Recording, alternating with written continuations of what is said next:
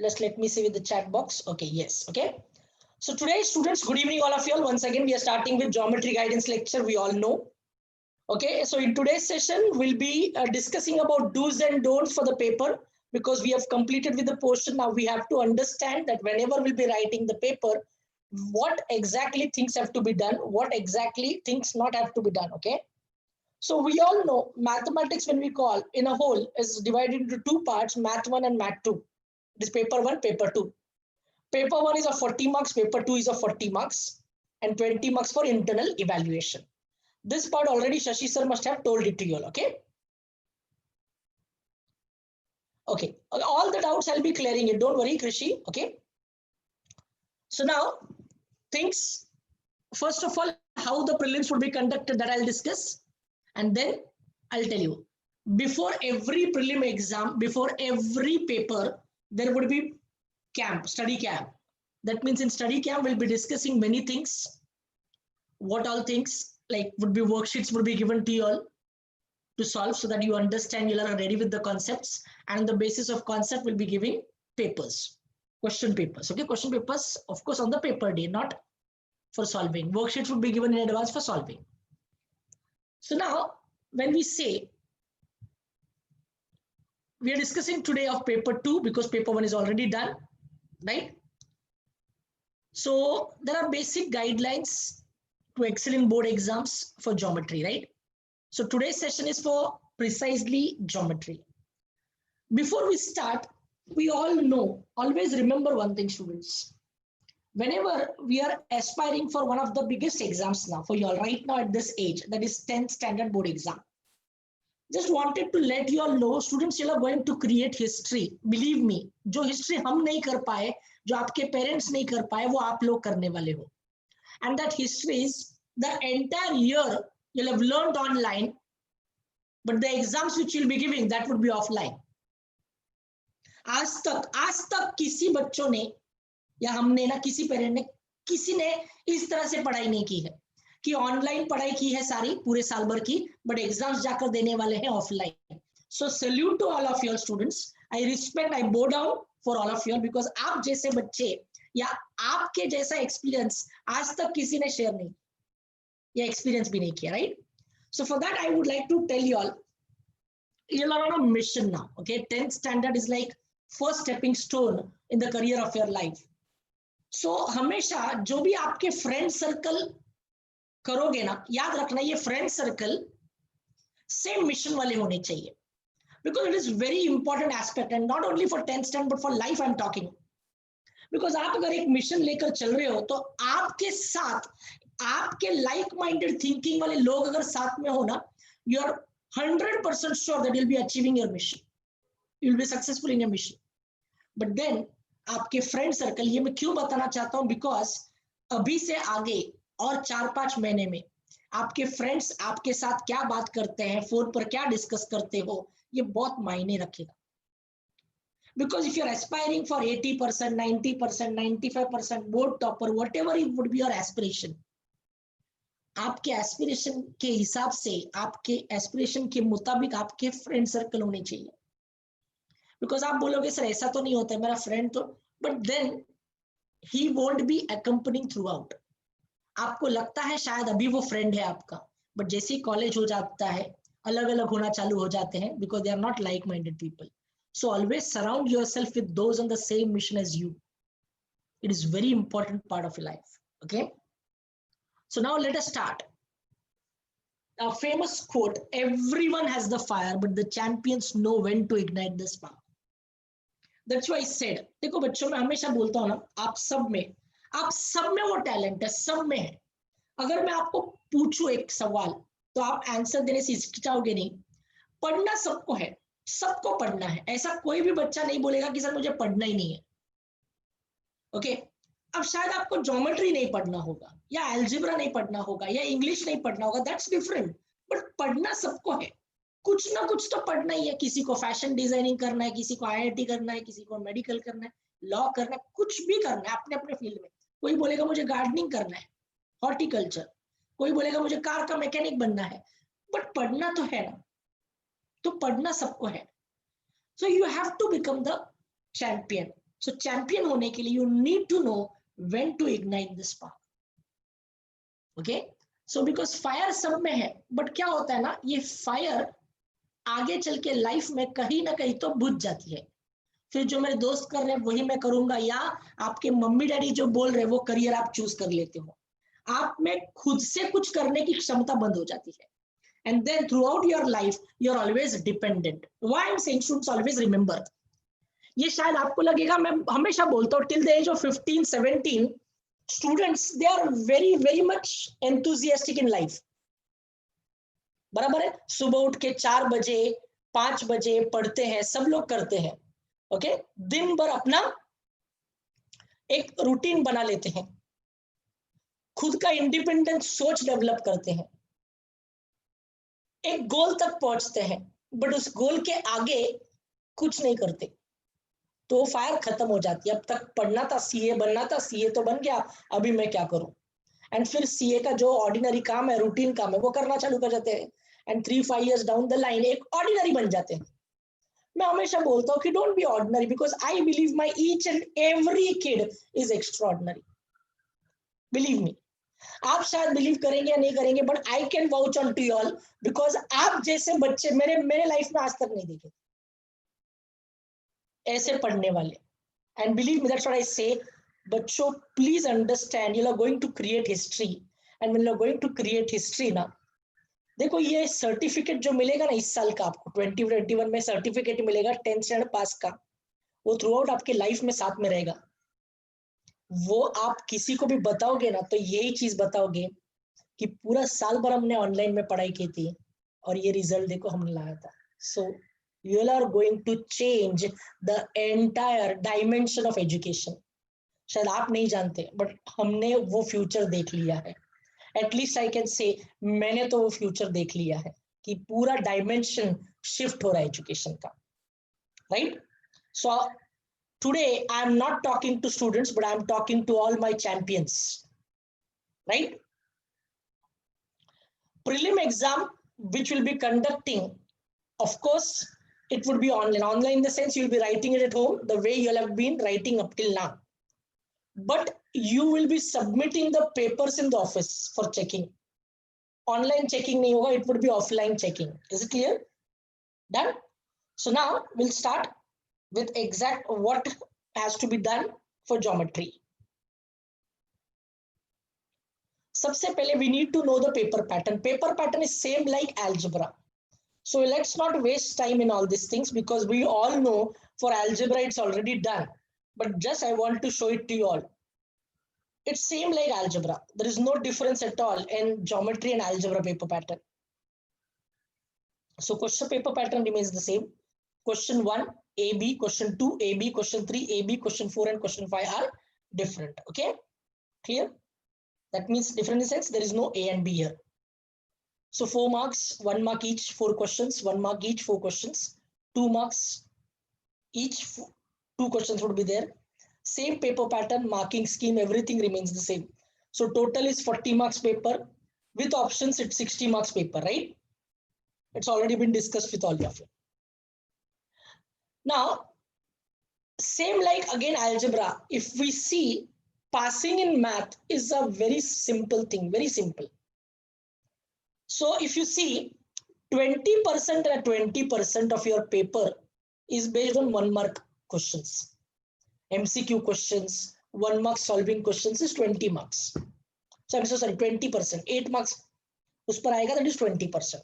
आपको passing को चाहिए 35%, बराबर है. 20% इसमें से मिल जाएगा 1 mark के क्वेश्चन से, बराबर.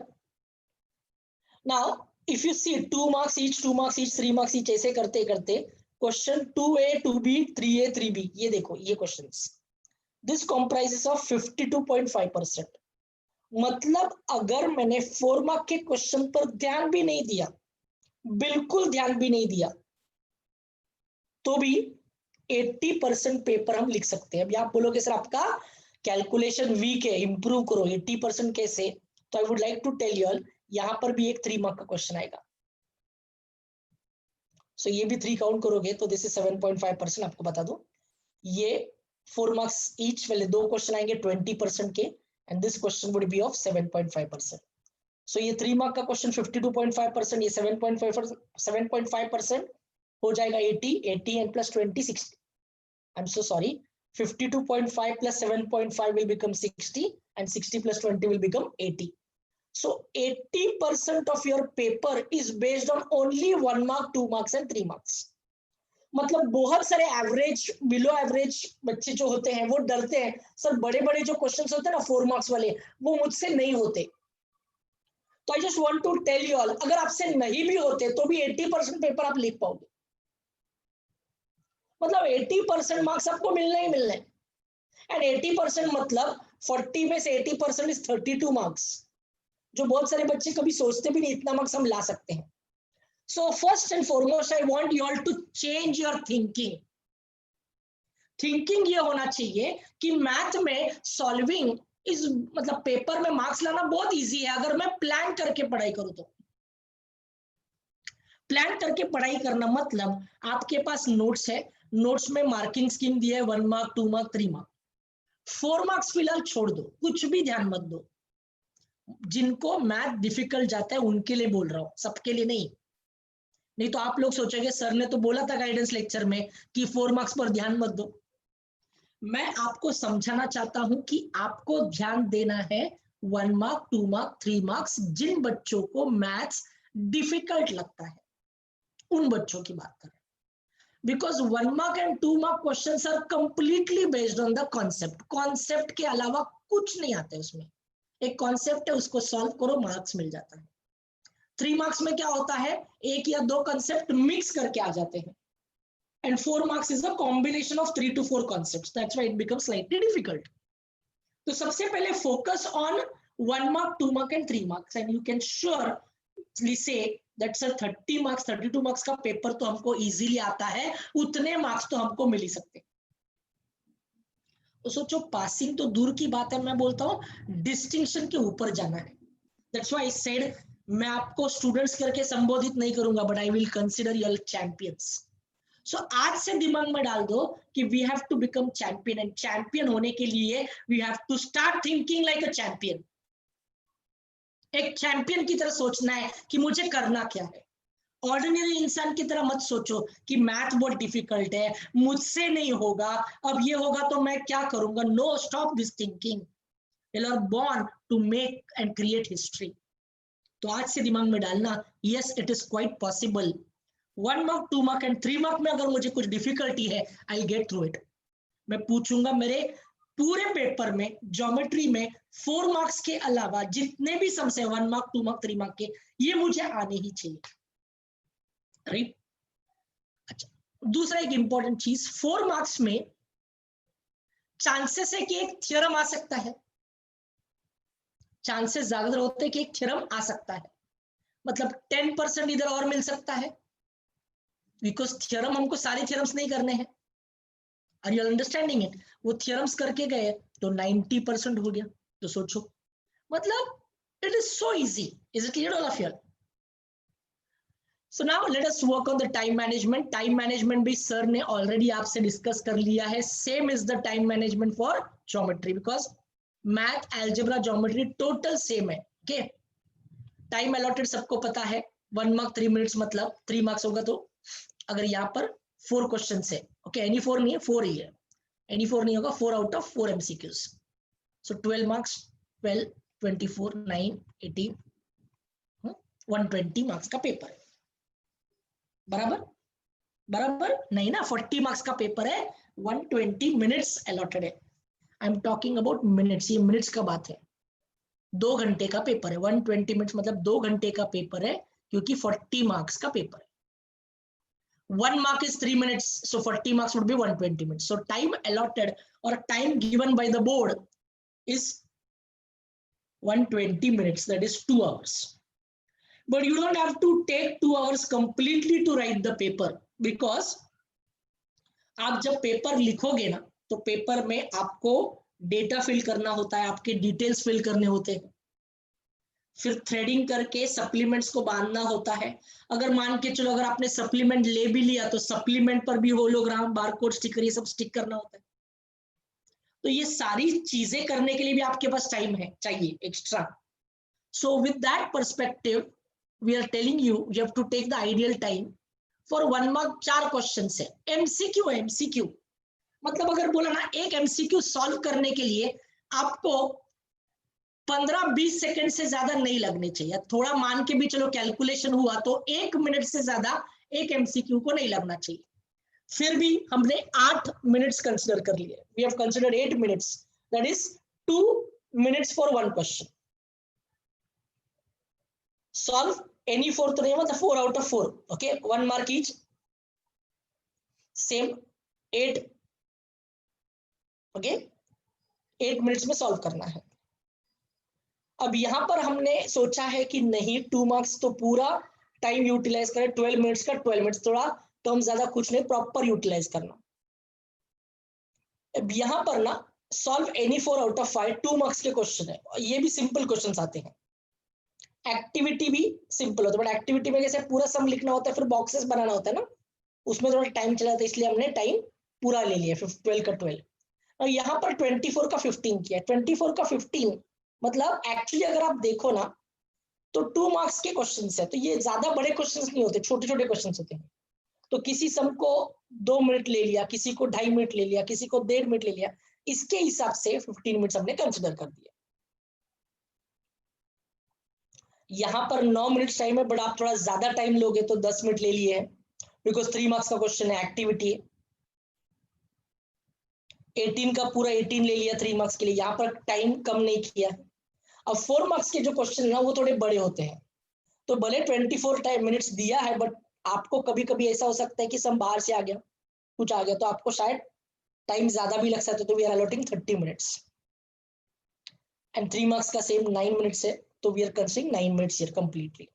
ओके, बिकॉज आपको सिर्फ एक क्वेश्चन सॉल्व करना है, सिर्फ एक. ओके, तो ये एक क्वेश्चन के लिए हमने 9 मिनट दिया आपको, पूरे सोच के समझ के लिखना है. सो टोटल अगर इसका टोटल करेंगे तो टोटल होता है 110. That means the entire paper we have to complete in 110 minutes or less than that. But उससे ज्यादा टाइम लेना नहीं है, बिकॉज अगर उससे ज्यादा टाइम लिया मतलब आपको रीचेकिंग करने के लिए या पेपर वैल्यू इवैल्यूएशन करने के लिए टाइम नहीं मिलेगा. सो मेक श्योर दैट आपका पेपर लिखना जो है वो 110 मिनट या 110 मिनट के अंदर, मतलब 1 आवर 50 मिनट्स के अंदर ही होना चाहिए. इसमें सब टाइम कैलकुलेट किया है, थ्रेडिंग का, होलोग्राफ, बारकोड, स्टिकर, सब सब सब करके रेडी है. आपके 10 मिनट एक्स्ट्रा बचे हैं जो पेपर रीचेक करना है, आपको चेक करना है, रीचेक करना है, कैलकुलेशन वापस चेक करना है. Is it clear? So this is very important factor, right? So now students we have understood that 10 minute पहले तो पेपर आपका हो जाना चाहिए. नाउ स्टेंसिल का यूज वगैरह करना अलाउड नहीं होता है, स्पेशली टू ड्रॉ सर्कल कुछ कुछ, बट आप स्टेंसिल लेकर जाना बोर्ड सेंटर में. अगर किसी टीचर ने ना बोला, it depends on the supervisor. कुछ सुपरवाइजर्स ना बोलते, कुछ सुपरवाइजर्स अलाउ कर देते हैं, आप लेकर जाना. Okay, so now if you see अभी हमारे पास 10 मिनट्स बचे हैं, तो ये 10 मिनट्स में करेंगे क्या? ना कि खुश होंगे, बोलेंगे मेरा पेपर जल्दी कंप्लीट हो गया और एक दूसरे की तरफ देखते बैठेंगे. नो, बिकॉज बोर्ड सेंटर से आपको बाहर जाने का परमिशन नहीं मिलेगा. तो 10 मिनट 15 मिनट अगर पेपर जल्दी खत्म होता है तो it's an opportunity for you to check your paper again. ना कि दोस्त को इस वक्त दोस्ती निभाने का टाइम है, बिकॉज बहुत सारे बच्चे क्या है ना, दोस्ती निभाने का टाइम, उनको लगता है अगर ऐसे हालात में दोस्ती नहीं निभाई तो क्या मतलब हमारी दोस्ती का. It is very wrong on your part. आपको जो भी दोस्ती निभानी है, जितनी भी दोस्ती निभानी है, वो एग्जामिनेशन हॉल में जाने के पहले जितनी भी दोस्ती निभानी है निभा दो. एग्जामिनेशन हॉल में ना कोई किसी का दोस्त है, ना कोई किसी का दुश्मन. You have to be neutral and think only about your own self. That's it. मैं आपको इतना भी बोलना चाहूंगा, प्लीज अंडरस्टैंड दिस। कभी कभी ना क्या होता है, ये बताना चाहूंगा 10 मिनट के पहले वाला बात कुछ इंपॉर्टेंट है। अभी आपके पास हम जो 2 पेंसिल्स है, आपने कुछ कंस्ट्रक्शन के लिए यूज कर रहे हो एक पेंसिल, और आपके दोस्त के आगे पीछे कोई भी फ्रेंड सर्कल में किसके पास पेंसिल नहीं हो या कुछ प्रॉब्लम हुआ, इसलिए आपने उसको पेंसिल दे दी, बराबर है। अब उसको पेंसिल चाहिए और आप कुछ करते वक्त आपकी पेंसिल का जो पॉइंट है, लेड है, वो टूट गया। तो अभी होगा क्या पता है, आप उस दोस्त से वापस तो पेंसिल नहीं मांग सकते because he is busy using that pencil. तो आप क्या करोगे, शार्पनर निकालोगे, शार्पन करते बैठोगे, जबकि आप अपनी तरफ से रेडी हो, बट आपके दोस्त के वजह से आपको प्रॉब्लम क्रिएट हो गया, बट आप उसको बोल नहीं पाओगे। इसलिए बोल रहा हूं, एग्जामिनेशन हॉल में दोस्ती नहीं, और अगर दोस्ती निभानी है ना, ये छोटी छोटी बातों में जैसे पेंसिल शेयर करना, पेन शेयर करना, तो मैं बताना चाहूंगा कम से कम 5 चीजें एक्स्ट्रा लेकर जाना, 5 पेन, 5 पेंसिल, फिर दोस्ती निभाना, सबको बांटते बैठना, अपने पास 2-3 एक्स्ट्रा स्क्वायर में रखना और सब पूरे क्लास को बांटना ना, पूरा शॉप लेकर जाना। फिर आर यू अंडरस्टैंडिंग? थोड़ा हार्श लगूंगा मैं आज बोलते वक्त, बट ये बहुत इंपॉर्टेंट है students, okay. So it's very very important. So things to be done in last 10 minutes, very important to all of you. सबसे इंपॉर्टेंट पॉइंट आपको समझना है कि check whether the question numbers are written properly. Students please, it's a request to all of you all, make sure that write the question number. Question number, main question number, sub question number लिखना जरूरी है सबके लिए। Are you understanding it? कुछ बच्चे क्या करते हैं ना, क्वेश्चन नंबर लिखते हैं। मैं आपको रिक्वेस्ट करता हूं please, question number, main question number हर एक सब क्वेश्चन के इधर लिखना, नए पेज पर, रिक्वेस्ट करता हूं। So please make sure that main question number, sub question number होना ही चाहिए। अगर आपने क्वेश्चन नंबर नहीं लिखा, even though your sum is right, even though your entire sum is right, it won't be counted. ये board का rule है, marks count नहीं किया जाएगा। Are you understanding it? ये याद रहेगा आपको कि अरे हाँ, मैंने क्वेश्चन नंबर नहीं लिखा था, इसकी वजह से मेरे मार्क्स काटे। मेरा पूरा सम राइट था बट फिर भी मेरे मार्क्स काटे गए। Check whether all compulsory question in every main question are attempted. अभी एक होता क्या है ना, आप क्वेश्चन पेपर पे टिक करते हो कि ये सब मैं करूंगा ऑप्शन में। अभी समझो एनी 4 आउट ऑफ 5, तो आप 5 में से बेस्ट 4 टिक करते हो और पहला वाला लिखते हो, फिर दूसरे वाले में थोड़ा डाउट है, लगता है तीसरा में कंप्लीट करता हूँ, फोर्थ कंप्लीट करता हूँ, फिर सेकंड वाले के पास आता हूँ। इस वक्त होता क्या है ना, आप कभी कभी रश में, एंजाइटी में एक हाथ क्वेश्चन अटेम्प्ट करने का भूल जाते हो। आपको लगता है मैंने तो सब किया था क्वेश्चन पेपर पे, तो टिक किया है। Don't do that. Answer paper पर लिखने के बाद फिर चाहिए तो क्वेश्चन पेपर पर टिक करना कि ये सब मैंने लिखा है करके। Always make sure. कभी कभी होता है, आपको शायद लगेगा सर ऐसा तो छोटा छोटा चीजें नहीं होता रहेगा, बट होता है, इसलिए पॉइंट डाला है। देखो मैंने जो पॉइंट्स डाले हैं ना, वो मुझे मेरी मर्जी से नहीं, मैंने जितने एक्सपीरियंस में देखे हैं अपनी प्रॉब्लम कहाँ पर होती है, वो मैंने पॉइंट्स कवर किए। ओके, कभी कभी हो जाता है एनी 4 आउट ऑफ 5, हम क्वेश्चन पेपर पर 4 बेस्ट टिक करते हैं, बट लिखते वक्त पेपर में 3 ही लिखते हैं, ये सोच के कि ये वाला सम हम बाद में करेंगे, और बाद में कभी कर नहीं पाते। See to it that the final answer for all calculation based sums are written. Also see to it that the units are mentioned. Now this is very important. अब देखो ये पॉइंट स्पेशली ना मेंसुरेशन के लिए बहुत important point था, but अब mensuration chapter तो है ही नहीं। बट देन कभी कभी थियरम ऑफ पाइथागोरस में, सिमिलैरिटी में, ट्रिग्नोमेट्री में भी तो नहीं आएगा बिकॉज वर्ड प्रॉब्लम्स नहीं है अभी, बट कोऑर्डिनेट ज्योमेट्री में आपको यूनिट्स लिखना होता है, सेंटीमीटर, मीटर या जो भी। वो यूनिट्स लिखने को कभी भी मत भूलना। अगर यूनिट्स नहीं लिखा, your half Mark would be deducted. And board में ना यही चीज देखा जाता है कि आपने कुछ गलती किया है क्या, वो चीज देखो। ओके, एंड फाइनल आंसर लिखना है तो वो लिखना ही है, and final answer should be in a box. क्यों बॉक्स में डालना जरूरी है? बिकॉज ये पेपर प्रेजेंटेशन होता है। देखो, अगर सिंपल चीज बोलता हूं, आपके दोस्त ने समझो एक पोलो मिंट, पता है ना सबको पोलो मिंट, एग्जांपल लेते हैं, पोलो मिंट का पैकेट लाया है और वो फाड़ के ऊपर का रैपर आपको एक एक ऑफर कर रहा है, तो आप इजीली ले लोगे, अच्छा लगता है आपको, प्रेजेंट अच्छा कर रहे हैं। बट समझो उसने पोलो मिंट का पूरा रैपर खोल के वो एक एक एक एक करके हाथ में कलेक्ट करके पॉकेट में रखा और फिर आपके पास आके एक पॉकेट से निकल के आपको दे रहे हैं, would you easily accept that? क्योंकि खुला हुआ है, छूटा हुआ है, मतलब पैकेट में दिख नहीं रहा है, छुट्टा ऐसे पोलो मिंट निकाल के हाथ में दे रहे हैं, तो शायद लगे ऐसे कैसे। It is all about presentation. So it is very important, आपको ना करेक्टर के माइंड के साथ खेलना है, करेक्टर के माइंड के साथ। देखो, character is also human being, but ना कनेक्ट बनाना है आपको, आपको एक कनेक्ट बनाना है। जैसे देखो, अभी हमारा कनेक्शन का बात कैसे, जैसे मैं आपके साथ शेयर करता हूं, मैं टीचर हूं, आप मेरे स्टूडेंट्स हो, बट बहुत बच्चों ने मुझे कभी देखा ही नहीं या हमसे कभी मुलाकात ही नहीं हुई है। But I can assure one thing, आपने और मैंने एक दूसरे से अच्छा कनेक्ट बना लिया, बहुत अच्छा कनेक्ट बना लिया, बिकॉज हमने एक दूसरे के साथ लेक्चर शेयर किए, मैंने लेक्चर लिया, आपने लेक्चर सुना है, एंड बहुत बच्चों का नाम भी मुझे पता है। ये हो गया कनेक्ट। बट ये कनेक्ट बिठाने के लिए हमको 6-7 महीने लगे हैं। आपको करेक्टर के साथ सिर्फ एक आधे घंटे में, 1 घंटे में कनेक्ट बनाना है, आपके पेपर के जरिए।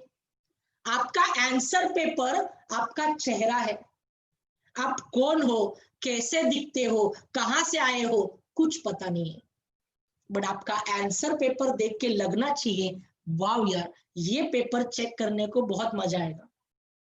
इसके लिए आपको करना क्या है मैं बताना चाहता हूं। शुरुआत के 3-4 शीट्स है ना, आंसर पेपर के 3-4 शीट्स में गलती नहीं होनी चाहिए, पेपर गंदा नहीं दिखना चाहिए, शैबी, बिल्कुल शैबी नहीं दिखना चाहिए। ओके, आप प्रेजेंटेबल आए हो, अच्छे दिख रहे हो। जैसे कि देखो ना, आप मेरा फोटो दिखता होगा, आपको मेरा फोटो दिखता होगा, राइट? दिखता होगा ना, सबने देखा होगा, अच्छा अच्छा ये जय सिंह है क्या, ओके ओके, ये हमारे सर है, पता है। बट उठ के मैं ऐसे ही बाल बिखरे हुए, कैसे शर्ट का बटन ठीक से ऊपर नीचे, या मेरे व्हाइट शर्ट पे इंक का ब्लॉट लगा है, इमेजिन करिए व्हाइट शर्ट पहन के आया हूं मैं, और पेन रखने की वजह से मेरे पॉकेट की यहाँ पर इंक का ब्लॉट वैसे ही लगा है और मैं ध्यान ही नहीं दे रहा, और वैसे ही आपके सामने आया हूं, तो आपका ध्यान किधर होगा? मुझ पर होगा कि वो इंक के ब्लॉट पर होगा? डेफिनेटली इंक के ब्लॉट पर होगा। दूसरा चीज, मैं इसी बाल बिखरे आया हूं, तो आप बोलेगे यार ये ऐसा कैसा है, ऐसा क्यों है, मतलब what is the first imagination which you carry about me? अरे यार ये टीचर है क्या, ढंग से भी नहीं आया है। ओके, अच्छा, मैं suppose if my shirt is crumpled, ironing नहीं किया है, जूतों को पॉलिश नहीं है, ऐसे ही बिखरे हुए लग रहे, ब्लैक शूज पहन के तो आया हूं बट पूरा मिट्टी लगा, उसको पॉलिश, ऐसा लगता है पिछले 1 साल से कभी इस पर पॉलिश नहीं लगाया, would you accept me as a teacher immediately even though however talented am I? नहीं, बिकॉज होता क्या ना बच्चों, understand one thing, the external appearance matters a lot. भले मुझ में बहुत टैलेंट है, मैं सॉलिड बोलता ना कि बहुत अच्छा पढ़ाऊंगा आपको, सब कुछ है, बट वो सेकेंडरी है ना। आपने मुझे पहले जज किया मेरे देखने से, मैं कैसा दिखता हूं, वैसे ही आपका पेपर का अपीयरेंस होगा। भले आपने प्रीलिम में 95 लाया हो, 94 लाया हो, 97 लाया हो, वो करेक्टर को, बोर्ड के करेक्टर को पता नहीं है आप कौन से स्कूल के हो, कहाँ से आए हो, कितने परसेंट वाले स्टूडेंट हो, एवरेज हो, बिलो एवरेज हो, अबव एवरेज, कुछ पता नहीं। आपका पेपर वो आधे घंटे में करेक्शन करते वक्त एक इमेज बनाएगा आपके बारे में। इसलिए मैं आपको बताता हूं कि मेक श्योर दैट ये चीज है ना, फाइनल आंसर को प्रॉपरली बॉक्स बनाना है। अभी यहाँ पर भी एक मैं बताना चाहता हूँ, बॉक्स बनाते वक्त ना 90% स्टूडेंट्स बॉक्स फ्री हैंड बनाते हैं। देखो बेटा, ये ज्योमेट्री पेपर है, ज्योमेट्री पेपर में ड्राइंग्स नहीं होता है, शेप्स होता है। What is the difference between drawing and shape? Shapes are accurate, drawing is free hand. तो बॉक्स है ना, आपको बिना स्केल के बनाना ही नहीं है। आपको बॉक्स बनाने के लिए स्केल और पेंसिल का यूज करना है।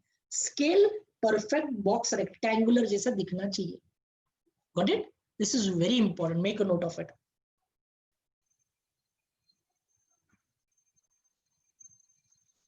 in proof based sums you have to check the reasons, because normally क्या होता है, आप छोटे छोटे reasons जैसे होते ना, in triangle ABC measure angle ABC is equal to 90 degree. अब ये 90 डिग्री कहाँ से मिला है? गिवन है, बट आपने गिवन लिखने को भूल गए हो, आपका मार्क्स कट हो गया। आपको लगता है ये छोटा रीजन नहीं लिखा तो क्या प्रॉब्लम है, मेन रीजंस लिखना चाहिए। No, it is not about like that कि मेन रीजन लिखना चाहिए नहीं लिखना। जितने भी सम्स, वो सम में जितने भी रीजंस है वो सारे रीजंस लिखे हुए होने चाहिए। Is it clear? अब ये कंस्ट्रक्शंस में check whether the analytical figure is drawn to the right of the page. अब यहां पर मैं आपको बताना चाहूंगा students, please make a note of it. आप कोई भी कंस्ट्रक्शन करोगे ना, कोई भी कंस्ट्रक्शन, तो please use entire one page for construction, don't be miser there.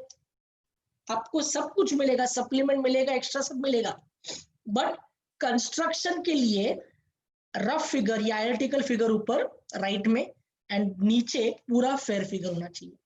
मतलब पूरा फुल स्केप वो एक सम के लिए यूज करना। ऐसा मत बोलना कि आधा सम में वो फिट करता और आधे में पीछे कोई दूसरा sum. No, don't do that. Clear?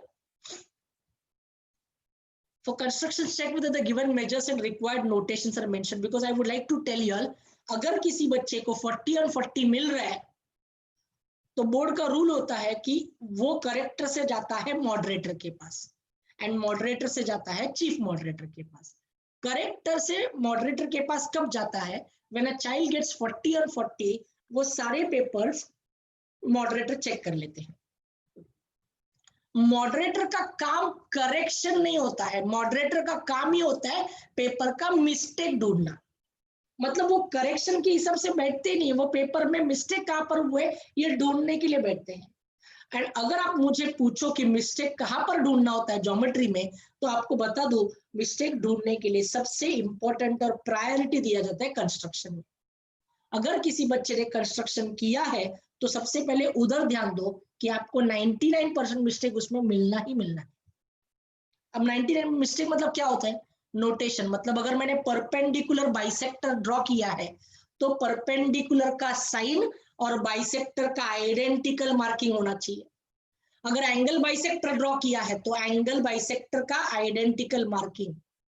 किसी एंगल का वैल्यू दिया है तो एंगल का वैल्यू लिखा होना चाहिए।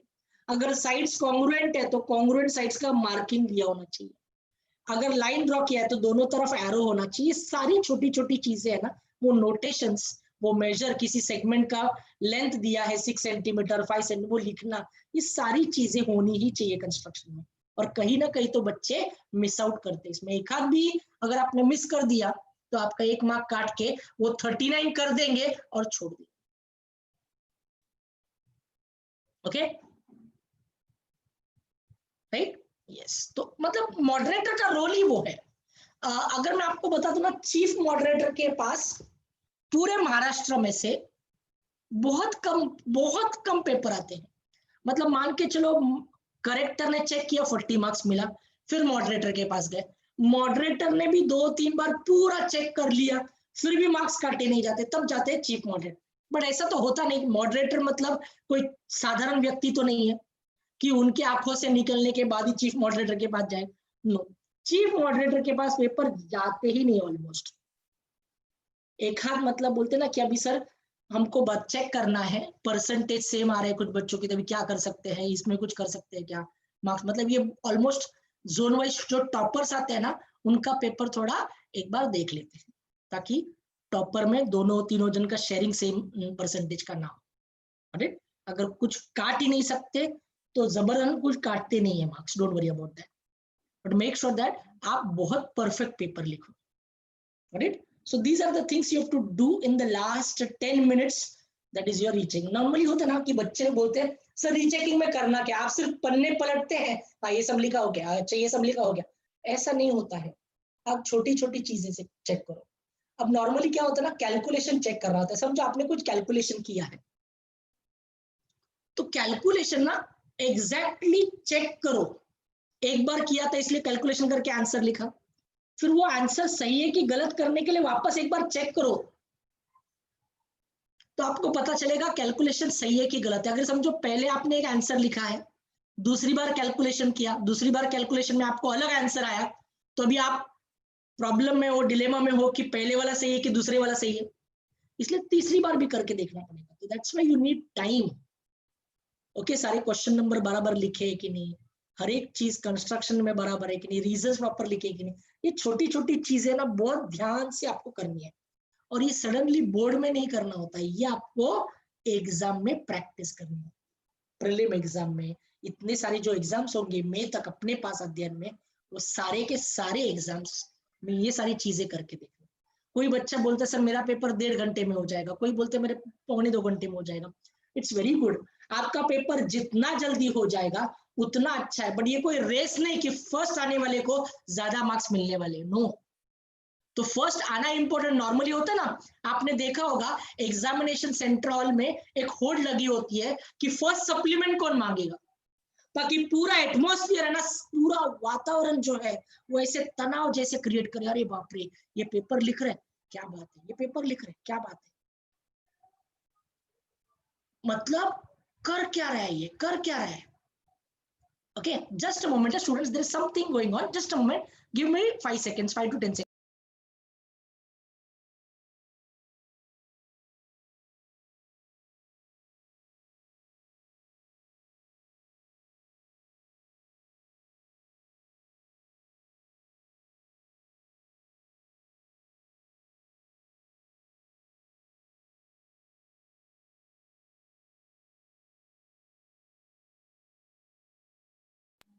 Okay, sorry, there was some quarrel going on downside. Just wanted to see. Okay, nothing bit is such. Okay, chalo, sorry for the inconvenience.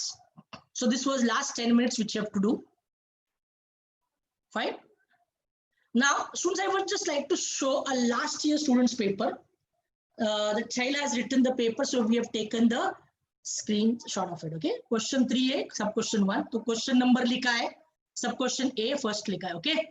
यहाँ पर एक्टिविटी बेस्ड ना बेटा, बहुत सारे बच्चों को डाउट आता है, ये बॉक्स को पेन से मार्क करना है या पेंसिल से, बॉक्स पेंसिल से बनाना है कि पेन से बनाना है। तो I would like to tell you all the boxes which you have to make has to be made by pencil, because pen से बनाया ना, एक बार गलती होगी ना तो आपको पूरा पूरा स्टेप डिलीट करना होगा। So don't do that mistake. Okay, please make sure that the box which you make have to be made by pencil. Is it very clear? Because pencil से अगर गलती भी होती है तो erase कर सकते हो. Got it? Done? So this is very important. Second, आप देखोगे, so ये पाइथागोरस थ्योरम का एक सम है, सिमिलैरिटी का भी बोल सकते हो. Okay? Now यहाँ पर the way it has been presented, question number 4, sub question 1, figure is drawn at the center properly, फिर given लिखा है, to prove लिखा है, construction लिखा है, but if you see it's not like written like a theory paper. देखो बराबर spacing दी है, फिगर ड्रॉ किया सेंटर में, गिवन लिखा है। अब गिवन को अगर आप ध्यान से देखो ना तो उसको देखो अच्छे से अंडरलाइन भी किया है, ताकि इट इज हाईलाइटेड कि ये गिवन है, ये टू प्रूव है, तो अलग से दिखना चालू होता है।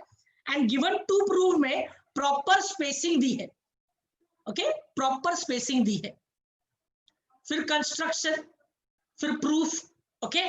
एंड अगर आप देखो ना तो सारे देयरफॉर, ऑलमोस्ट सारे देयरफॉर एक लाइन में है, एंड रीजन सारे एक साइड में आगे देखो, सारे रीजन, ऐसा नहीं कि एक रीजन यहां से शुरू होता है, एक रीजन पूरे से शुरू होता है, all the reasons are aligned at one line right hand side, and सारे देयरफॉर एक लाइन में आए हैं। तो दिखने में प्रेजेंटेशन बहुत प्रॉपर जाता है, भले if you see the handwriting is not so good, but presentation is very good. Are you understanding? That is very important here. So next, if you see MCQ, अभी MCQ में normally एक question बच्चे पूछते हैं, okay? Guys, just a moment, थोड़ा सा कुछ tension create हो रहा है नीचे, just a moment, थोड़ा कुछ नहीं, थोड़ा जस्ट देखता हूँ, just एक मिनट का टाइम, प्लीज एक्सक्यूज मी।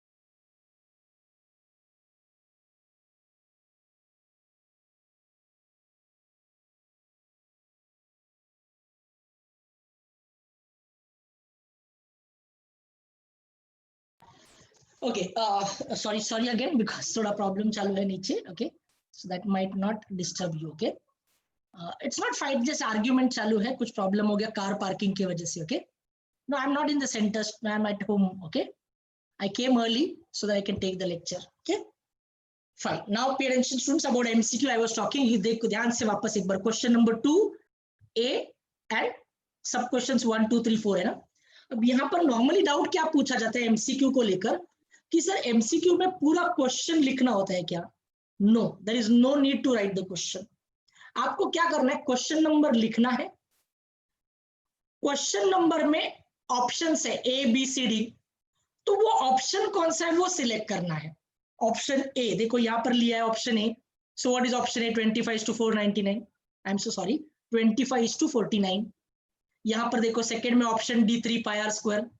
तो आपको ऑप्शन क्या है ABCD, वो ऑप्शन लिखना है एंड आपको वो आंसर लिखना है. That's it. वर्किंग जो भी होगा इसका working, that working has to be done on the last page. Is it very clear to all of you? वो वर्किंग यहाँ पर कुछ करना नहीं है. This is very very important. वो रफ पेज जो है, लास्ट पेज जो हमने किया है रफ पेज करके, उसमें ये वर्किंग करना है. आपको यहाँ पर पूरा सॉल्व करके देना नहीं है. बहुत सारे बच्चे क्या करते हैं ना, ये पूरा सॉल्विंग करते बैठते हैं और वो प्रेजेंटेशन ये सब ध्यान देते हैं, उसमें टाइम चला जाता है. आप रफ वर्क करो, फटाफट आंसर फाइंड कर लो और यहाँ पर क्वेश्चन नंबर लिखो, ऑप्शन कौन सा है ABCD वो लिखो और आंसर क्या है वो लिखो. That's it.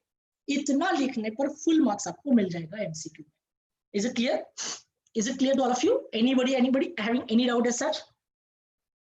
No, supplement current supplement नहीं दिया जाता है. जो मेन शीट होता है, मेन शीट का जो लास्ट पेज होगा, that is your rough work page. Okay, yes Shubham, मैंने बताया ना आपको क्वेश्चन नंबर लिखना है एंड ऑप्शन क्या है वो लिखना है. देखो ना यहाँ पर लिखा ना question number 1 2 3 4. Okay, yeah, algebra also same. Okay, done. ये स्टैंडर्ड है, मतलब मैथ के लिए स्टैंडर्ड होता है. डन. अच्छा, Chirag, I just want to tell कि मैंने बताया था कि एग्जाम जो भी होंगे वो आप घर पर लिखोगे, आपके मम्मी डैडी सुपरवाइज करेंगे एंड हम यहाँ पर पेपर करेक्ट करके देंगे आपको. पेपर करेक्शन जो होगा वो ऑफलाइन होगा. It won't be like up till now the way it has been done. आप स्कैन वगैरह करके भेजोगे, ऐसा नहीं होगा. डायरेक्टली आप सेंटर पे आके सबमिट करोगे, वो हम चेक करके दे देंगे. Correct, fine. Next if you want to see, ये देखो कंस्ट्रक्शन. अब यहाँ पर है बहुत इंपॉर्टेंट. देखो कंस्ट्रक्शन में जो जो मैं बताना चाहता था आपको मैंने सब कुछ बता दिया है. एनालिटिकल फिगर, ओके, फिर ये मेन फिगर है. एनालिटिकल फिगर देखो 50 डिग्री एंगल का मार्किंग, 6.3 सेंटीमीटर जो वैल्यूएशन उसका वैल्यू है सेगमेंट का, 5.6 सेंटीमीटर. फिर A1 A2 A3 A4 सब बराबर मार्किंग किए हैं. कभी कोई भी एक भी छूट गया, समझो A1 A2 A3 A4 लिखा और लास्ट का A6 या A7 लिखने को भूल गए, your marks will be deducted there. Okay, सब जगह एरो होना बहुत जरूरी है. देखो एरो, ये सब एरोज आना बहुत जरूरी है. तो ये सारी चीजें हैं जो आपको फॉलो करनी है, बिकॉज कंस्ट्रक्शन में ज्यादातर गलती होती है.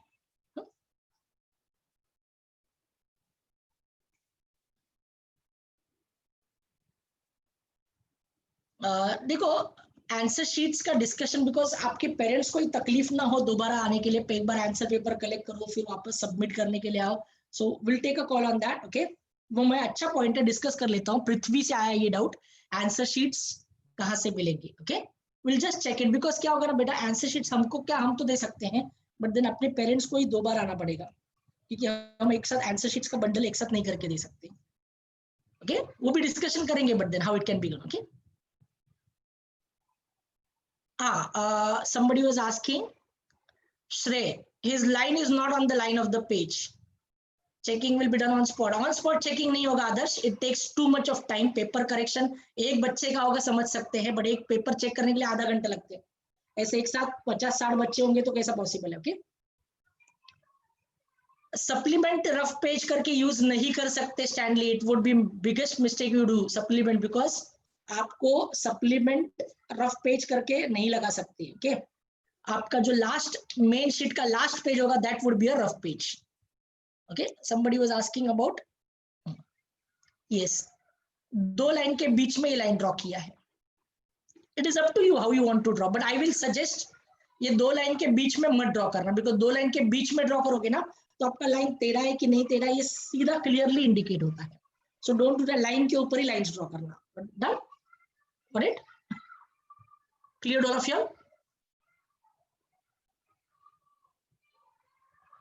आंसर पेपर्स का वही प्रणम है, हम नेहा एंड प्रमण हम बात करेंगे. Will take a call on that. Okay,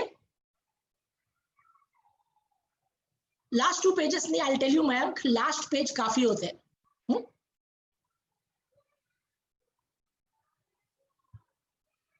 okay, next अभी आप देखोगे तो plan enough time to study.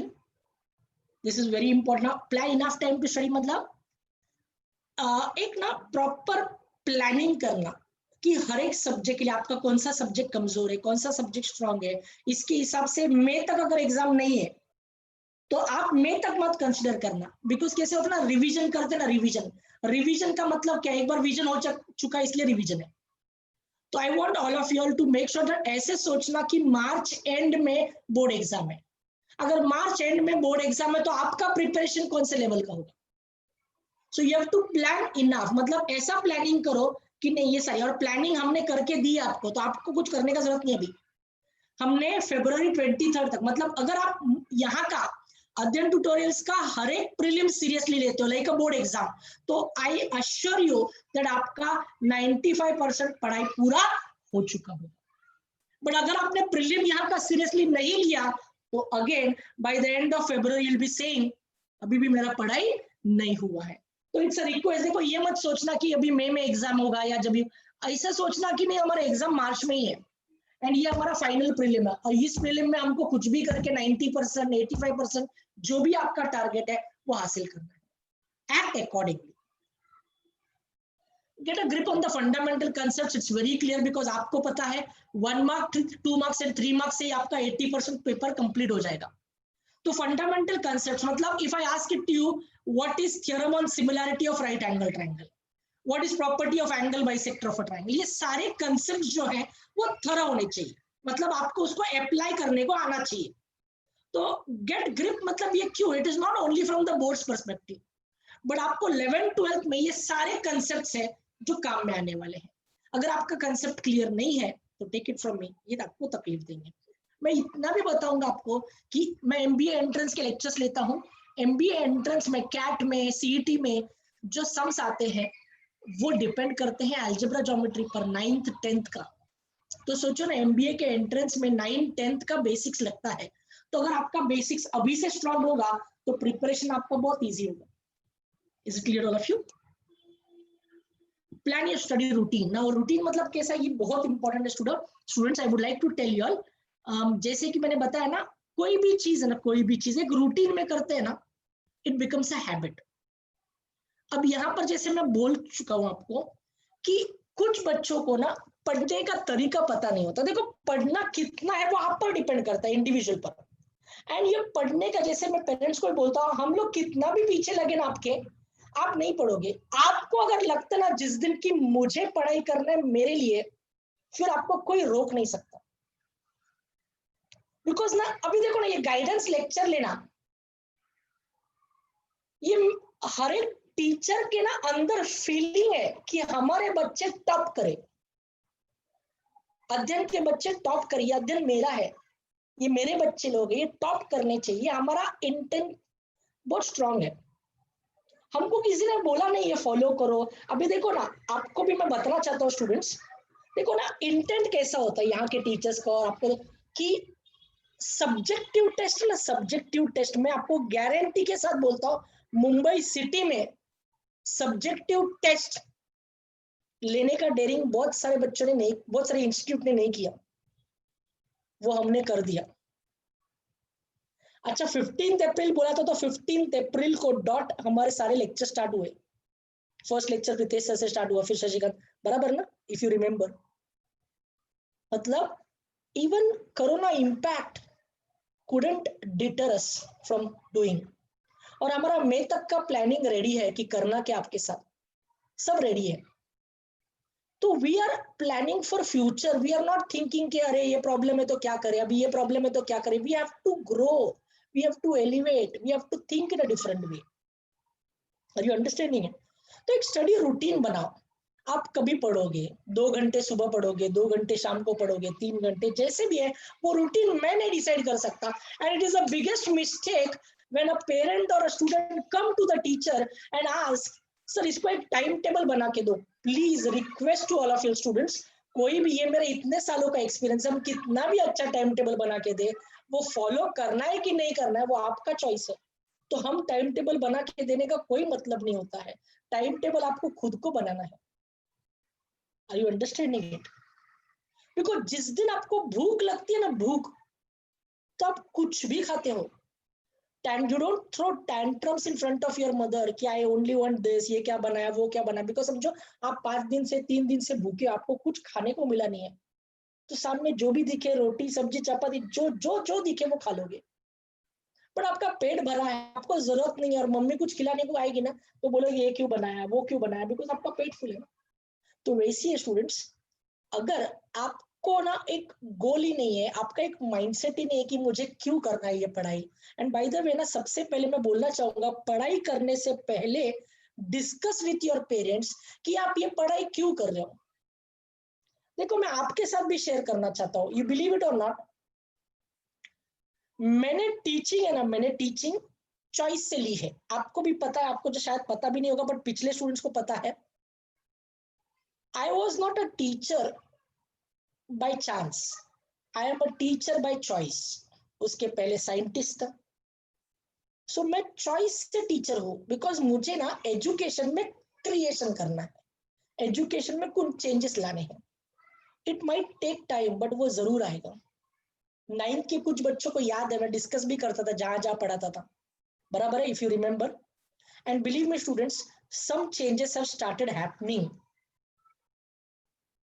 तो ये इसलिए मैं एजुकेशन में हूँ। मुझे एजुकेशन में अच्छा जॉब, सिक्योर जॉब या बच्चों के साथ नहीं, आई am not into that.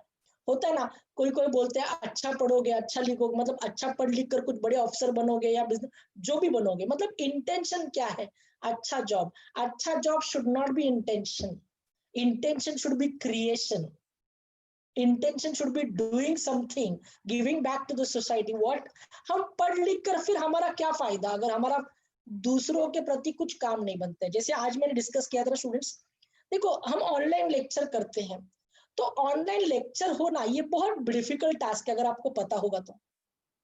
But then कुछ ऐसे होते हैं वो डिफिकल्टी में और टीचर को डिफिकल्ट। अभी मैं टेक्निकल बहुत टेक सेवी हूँ, आपको मैं बताना चाहता हूँ कि मैंने ना बच्चों, मुझे कंप्यूटर 2 साल पूछो ना, 2 साल पहले नहीं आता था, बिल्कुल नहीं आता था, बहुत डिफिकल्ट लगता था सब एक्सेल मेंटेन करना, ये मेंटेन करना।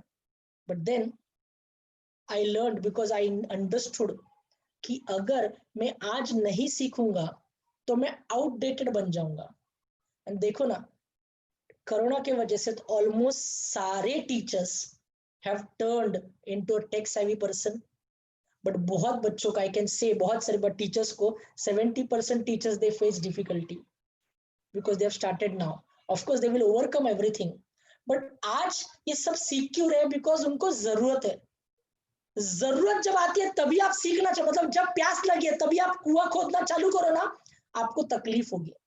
बट अगर आपको पता है कि मुझे कहीं ना कभी तो प्यास लगने वाली है, इसलिए मैं कुआं खोद के रख रहा हूं, आज मेरे पास आने वाले 2 साल का पानी अवेलेबल है, बट मैं 2 साल के आगे का सोच रहा हूं, इसलिए कुआं आज खोद रहा हूं। You will be successful in life. Okay, that's why I am talking to you all कि स्टडी रूटीन है ना, 10th स्टैंडर्ड के बोर्ड एग्जाम को ध्यान में रख के नहीं करना है।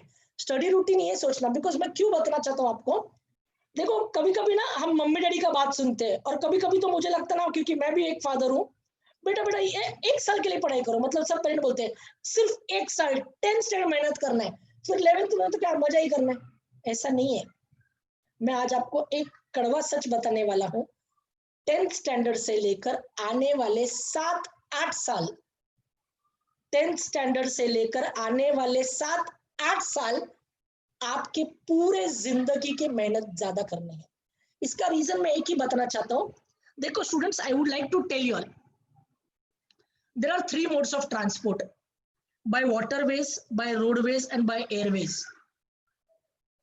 ओके, रोडवेज से जाओगे ट्रैफिक आएगा, वाटरवेज से जाओगे तो थोड़ा फास्ट जाओगे, but then there are limitations to it. But airways से जाओगे तो बहुत फास्ट जाओगे और आगे भी पहुंचोगे। मेरा कहने का मतलब यह है बेटा, एक आपके साथ शेयर करना चाहता हूं एक चीज। अगर मैंने एक एग्जांपल, मतलब मैंने खुद दी है इसलिए आपके साथ शेयर कर रहा हूं। If I give MPSC exam and if I give UPSC exam, MPSC is Maharashtra public service commission and UPSC is union public service commission. आप महाराष्ट्र पब्लिक सर्विस कमीशन का एग्जाम दोगे और उसके टॉपर बनोगे तो आपको एक पोस्ट मिलता है डेप्यूटी कलेक्टर। डेप्यूटी कलेक्टर का टॉप मोस्ट पोजीशन है। एंड यूपीएससी का टॉपर जो होता है, ओके, आईएएस जिसको बोलते हैं, आईएफएस फॉरेन सर्विसेज भी आते हैं उसमें, तो इनको एक पोस्ट मिलती है जैसे कलेक्टर। एग्जाम्पल लेते हैं, deputy collector and collector example के लिए। अब आप सोचोगे सर एमपीएससी और यूपीएससी में दोनों तो एग्जाम है, बराबर है कि नहीं? दोनों एग्जाम ही है। डिफिकल्टी लेवल यूपीएससी का थोड़ा ज्यादा है, एमपीएससी का थोड़ा कम है। बट अगर आप एग्जाम से प्रिपरेशन के एग्जाम के लिए प्रिपेयर करोगे दोनों एग्जाम के लिए, तो आपको मैं बता दूं, डेप्यूटी कलेक्टर से कलेक्टर बनने के लिए आपको लगभग 13 से 14 साल लगते हैं। 13 से 14 साल नॉर्मल रूटीन मेथड से, मतलब आप डेप्यूटी कलेक्टर बने हो, अब आप काम कर रहे हो, अपना रेगुलर रूटीन काम कर रहे हो, और फिर आपको प्रमोशन कलेक्टर होना है, तो डेप्यूटी कलेक्टर से कलेक्टर बनने के लिए आपको 14 साल लगते हैं, 13 से 14 साल, until unless you do some extraordinary work there। मतलब आपने कितने साल बिताए? 14 साल, तब जाके आप प्रोमोट हो रहे हैं आईएएस के लिए। बट अगर मैं कहना चाहता हूं आप 1-2 साल जी तोड़ मेहनत करो, जितना एमपीएससी के लिए करो उससे ज्यादा यूपीएससी के लिए करो, आप पहले से आईएएस बन गए, आपको डेप्यूटी कलेक्टर होने का जरूरत नहीं। इसका कहने का मतलब ये क्या है कि आप रोडवे से जाने से अच्छा आप सीधा एयरवेज से जा रहे हो। बट एयरवेज के लिए टिकट महंगा है रोडवेज से, बट तकलीफ कम है। शुरुआती में तकलीफ ज्यादा है, पैसा खर्चा करो, ये करो। तो मैं कहना यही चाहता हूँ कि आपको ना अभी आने वाले 7-8 साल में या 10 साल में जी तोड़ मेहनत करने, जी तोड़ मतलब इतनी मेहनत आगे जिंदगी में नहीं होगी, वो अभी कर लो, बिकॉज आगे it will be a red carpet for, of course तभी भी मेहनत करनी है, बट तभी ना एक रेड कारपेट पे ऑफर होगा, you can dictate your terms there. Are you understanding? मेरा कहने का पॉइंट है कि स्टडी रूटीन सिर्फ 10th स्टैंडर्ड के हिसाब से मत करो। स्टडी रूटीन इस तरह से करो कि नहीं, मैंने जो प्लान किया है, मुझे सीए बनना है, सीएस बनना है, लॉयर बनना है, इंजीनियर बनना है, डॉक्टर बनना है, जो भी बनना है वो अभी से प्लान करो। डिस्कस विथ योर पेरेंट्स कि मुझे करना क्या है। पढ़ लिख के तो सब पढ़ते हैं, मतलब we don't want to create literacy here. आप लिटरेट हो, लिटरेट एक जॉब के हिसाब से पढ़ाई मत करना। अगर जॉब के हिसाब से कर रहे हो ना तो मत करना, आपको ऐसे भी कोई जॉब मिल ही जाएगा, 10वीं पास में भी कोई जॉब मिल ही जाएगा। इधर मॉल में वगैरह जो करते ना, कपड़ों का सैम्पलिंग करते, पूरा पैकिंग करते, ये छोटा मोटा जॉब, और जॉब तो किसी को भी मिल जाएगा। पेट्रोल पंप पे बंक अटेंडेंट, ये सबको मिल जाएगा। तो अगर जॉब ही करना है, मतलब थोड़ा अच्छा जॉब करना है, ढंग का जॉब करना है, I don't want you to be that way, I want you to be champion.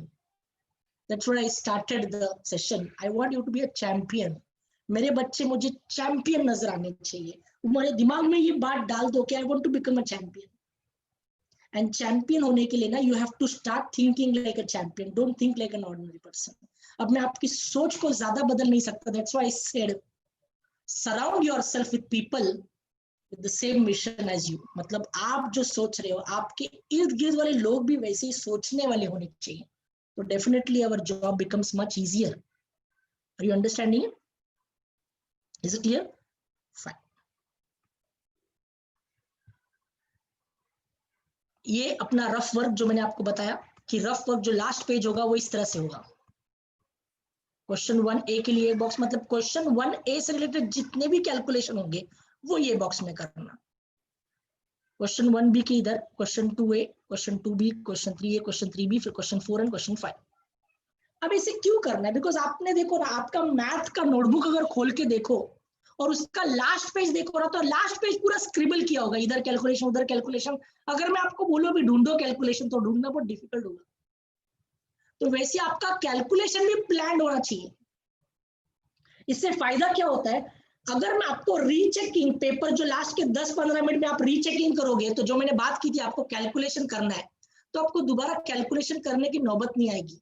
आपने जो कैलकुलेशन ऑलरेडी वो सम के लिए किया है, वो आप इमीडिएटली समझो क्वेश्चन 2A का सम है, तो इधर देखूंगा, मुझे ढूंढते नहीं बैठना है, इधर मुझे दिख जाएगा वो सम, तो उसका कैलकुलेशन में चेक करूंगा, तो दोबारा कैलकुलेशन करने की जरूरत नहीं है। अगर कैलकुलेशन सही है तो आंसर राइट है, अगर कैलकुलेशन में कुछ गलत है तो ही मुझे कैलकुलेशन करना पड़ेगा। Is it clear? तो इस तरह से ये प्लान करना रफ वर्क। बिकॉज मैं आपको बता दूं ना, हम चेक करते हैं ज्योमेट्री करेक्ट होने के ना, हम चेक करते हैं कि लास्ट पेज किस तरह से प्लान है। अगर लास्ट पेज प्लान है ना, आपका 50% जॉब इज डन। हम समझ जाते हैं कि ये बच्चा अलग लेवल का है, मतलब बोलते ना आपने ऑलरेडी एक बेस बना के रख दिया, लास्ट पेज जो प्लान कर लिया है, मतलब आप परफेक्ट हो। होता ना फेस ठीक होता है, बट पीठ कैसी है, पीछे से बाल कैसे, कोई देखता नहीं। हम लोग आगे का पार्ट पे ज्यादा ध्यान देते हैं, पीछे ध्यान नहीं देते। आपका पीछे भी परफेक्शन होना चाहिए। अगर आपका लास्ट पेज परफेक्ट है, मतलब your 50% image is created in the front of character, ये बच्चा कोई सॉलिड बच्चा है। Is it clear all of you? And then I want all of you to understand the best is yet to come. इस तरह से आपका preparation, जो मैंने बात की ना, लाइफ के 8 साल जी तोड़ मेहनत करो, बट हर साल बोलो कि अभी तक मेरा बेस्ट आना बाकी है। बिकॉज व्हेन यू थिंक कि मैंने बहुत कर लिया, you tend to get contented, मतलब अभी बहुत हासिल कर लिया है, अब मैं आराम करूंगा। एंड जिस दिन आपके सोच में यह आ गया कि मैंने आराम करना है अभी, समझ जाओ आपका डाउनफॉल चालू हो गया। So always talk to yourself, my best is yet to come. So this is just a beginning.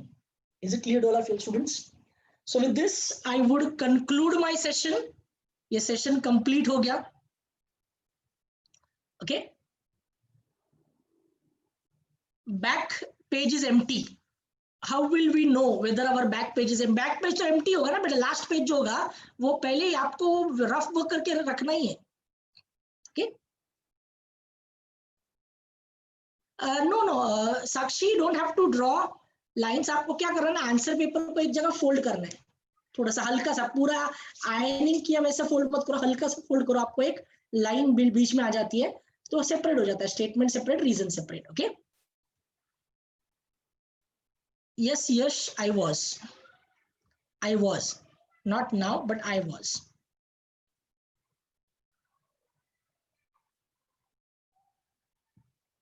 Yes, you're a topper and I want all my kids to be topper। देखो, और एक मैं बात बताना चाहता हूँ टॉपर्स को, specially जो अपने ब्रांच के टॉपर्स है, आपके टॉपर होने का फायदा तभी है जब आप इर्द गिर्द वाले बच्चों को टॉपर बना सकते हो, नहीं तो आपके टॉपर होने का कोई फायदा नहीं। Are you understanding it?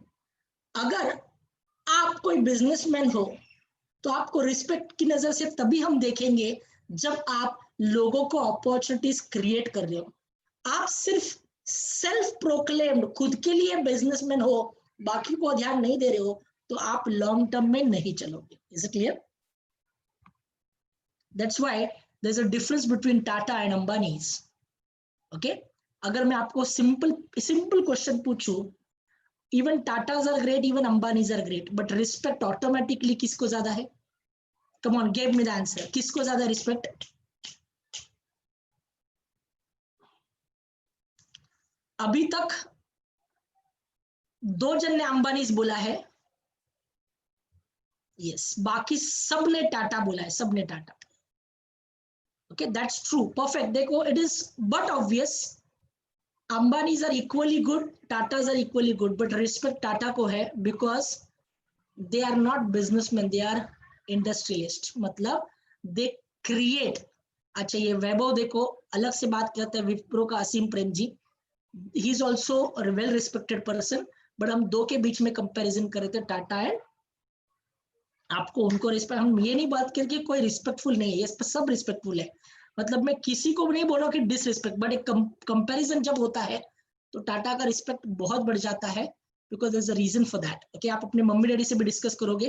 देखो Adarsh, it is not about being a richest person, being a richest important, respect की बात है। एंड अगर आप बात भी करो ना रिचेस्ट की, तो Ambani, Mukesh Ambani is richest, but Reliance group Tata के नजदीक भी नहीं है। ये भी मैं बात आपको बताना चाहता हूं। Tata is a very very very big group, Reliance group Tata के नजदीक भी नहीं आएगा। ओके हाँ, Mukesh Ambani is richest but Ratan Tata is not richest, because Ratan Tata खुद के लिए नहीं बना रहे, वो टाटा ग्रुप के लिए बना रहे। That is different aspect. Okay, main answer sheet will be of almost 32 pages, not to worry. Yes, Nidini, Tatas are philanthropists. That is perfect word.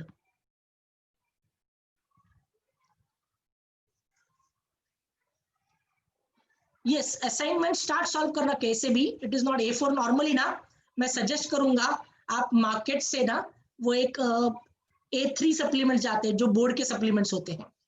Board के जो सप्लीमेंट्स होते हैं उसमें सॉल्व करने को अभी से चालू करना, बिकॉज बोर्ड में जो सप्लीमेंट्स होते हैं वो A4 नहीं होते, A3 होते हैं।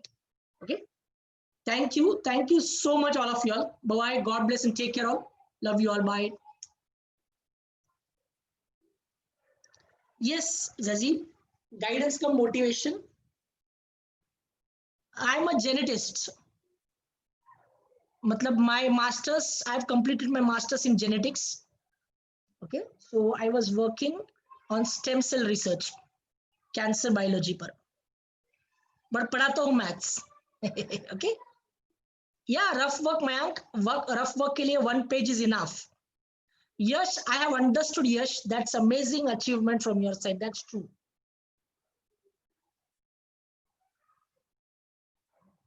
सप्लीमेंट की जरूरत ही नहीं पड़ेगी बेटा, इतना कैलकुलेशन है ही नहीं। ओके,